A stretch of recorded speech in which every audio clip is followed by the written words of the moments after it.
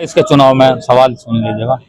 2027 के चुनाव में उत्तर प्रदेश में किन किन सीटों पे मतलब जनता अपनी नजर बनाए रखे जो हॉट सीट के रूप में देखी जा रही है? सबसे पहले अगर बात करें तो अब के जो शुरुआती सीट है सहारनपुर साइड से, तो सहारनपुर की कई सीट हैं जो अब के हॉट होने वाली है, जो पहले से नहीं थी। बात करें कैराना की, कैराना पे भी अब के क्योंकि MIM की भी एंट्री अब के अच्छी पकड़ है। दूसरी बात, जो सबसे अभी जो नजदीक में एक हॉट सीट हुई, अब से पहले हॉट नहीं थी वो इतनी, वो है सरदाना की बात करें, क्योंकि जब से सरदाना से सुनील जो भराला जी हैं, वो विनीत भराला जी ने जब से एंट्री मारी है ना बहन जी की मायावती पार्टी से, बहुजन समाज पार्टी से, तो जब से तिकोना चुनाव ऐसा लग रहा। और दूसरी बात, जो अब के जो आपकी ये सिवाल खास है, ये भी कहीं ना कहीं एक हॉट सीट होती जा रही, क्योंकि दिन पे दिन, क्योंकि प्रत्याशी समाजवादी से भी यहाँ बहुत सारे अनेकों प्रत्याशी हैं, बहुत सारे तो पैदल यात्रा भी निकाल ले, और भी बहुत सारे सेंधमारी भी कर रहे इधर से इधर। तो बहुत सारी पश्चिमी उत्तर प्रदेश की भी कई सीट ऐसी हैं जो हॉट होने वाली इस वक्त। इससे पहले जो अभी तक मौजूदा समय में 2 सीट मौजूद रही, संगी सोम और अतुल प्रधान सबसे ज्यादा ये माने जाते थे, और जो विनीत भराला जी इसमें जो छलांग लगाई है, मतलब किस तरह असर पड़ेगा, किस तरह ऊंट बैठेगा ये?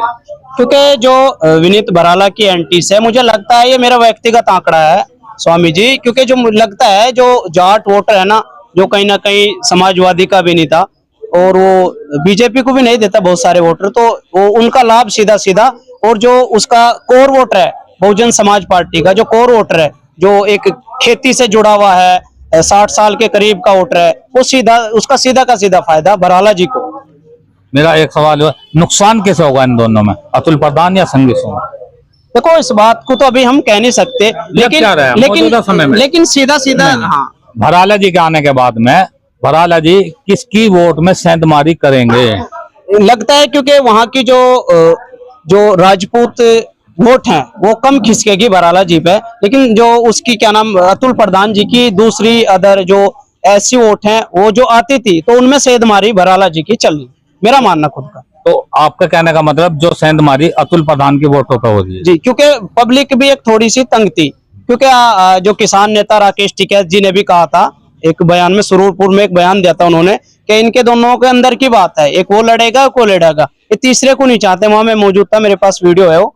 तो इस तरीके से लगता है कि कहीं ना कहीं जनता इन दोनों से भी शायद तंग थी, मेरा मानना, क्योंकि उनके पास तीसरा विकल्प नहीं था, इतना कोई ऐसा मजबूत प्रत्याशी नहीं था, इसलिए भराला जी की एंट्री हुई और उन्हें लगता है मुद्दा बना लेंगे वो इस बार सरदाना पे। अब की बात जितनी बात करी मैंने, जो सवाल खास विधानसभा करी, जबकि इसका कोई मामला है, मतलब अगली जो बातचीत करूंगा मैं आपसे सरदाना विधानसभा में करूंगा। ठीक है, तैयार हैं? जी बिल्कुल तैयार हैं। ठीक है, बहुत बहुत धन्यवाद।